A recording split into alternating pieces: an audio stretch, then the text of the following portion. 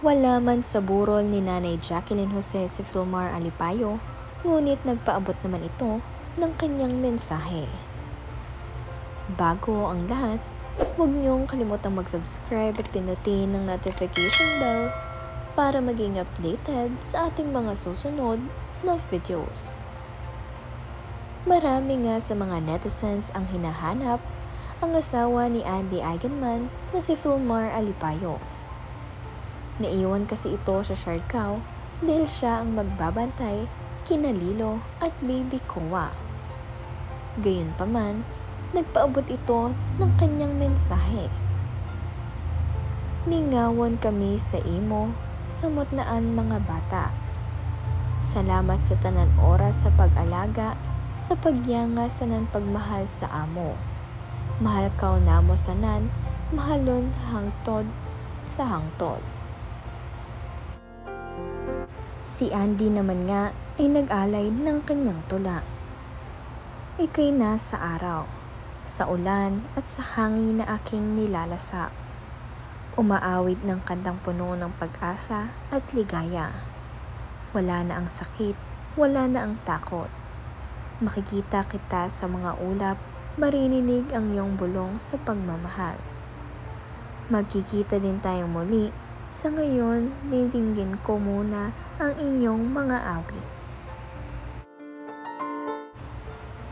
Naiintindihan nga nitong si Andy kung bakit itong si Papa Filmar ay wala ngayon dito sa burol ni Nanay Jacqueline dahil siya nga ang magbabantay kina Lilo at Baby Kowa dito sa Siargao.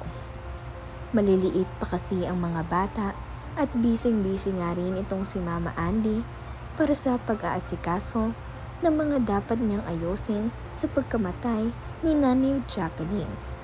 Kaya naman ang kanilang mga fans at supporters ay naiintindihan kung bakit wala dito itong si Papa Filmar.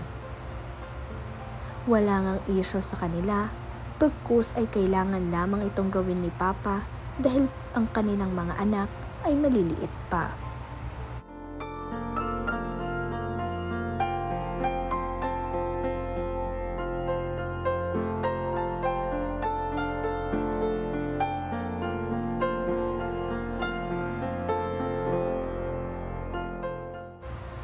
Napakarami nga ring mga kamag-anak ni Andy Eigenman ang nakakamiss kina Lilo at Baby Kowa.